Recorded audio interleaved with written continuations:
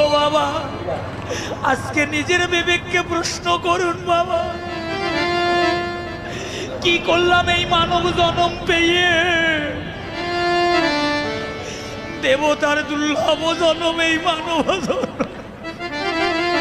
কৃষ্ণ ভজনের উপযুক্ত জন্ম এই মানব জন্ম গো মা। সেই জন্ম পেয়ে কোনোদিনে সাধু সঙ্গ করলাম না,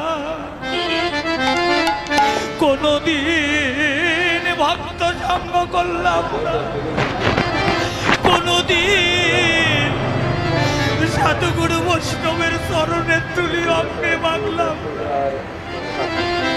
শুধু গাড়ি আমার, বাড়ি আমার, পুত্র আমার, কন্যায় আমার, স্বামী আমার, বন্ধু আমার, বান্ধব আমার বাবা। আমার আমিত্ব পেয়ে নিত্য বস্তুকে ভুলে গিয়ে অনিত্য বস্তু নিয়ে জগতের সবাই আমরা মগ্ন রয়েছি গো মা।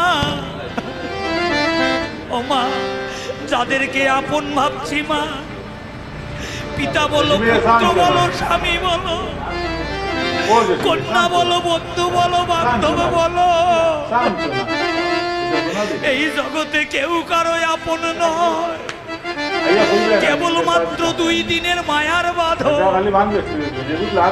যাদেরকে আপন ভাবছি বাবা, এই জগতে সুসময়ের বন্ধু সবাই হবে, কিন্তু যেদিন এই প্রাণ পাখি চলে যাবে,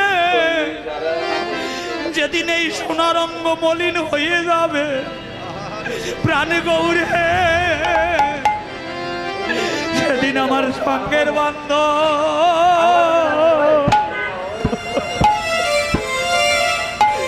সঙ্গের বান্ধব কেউ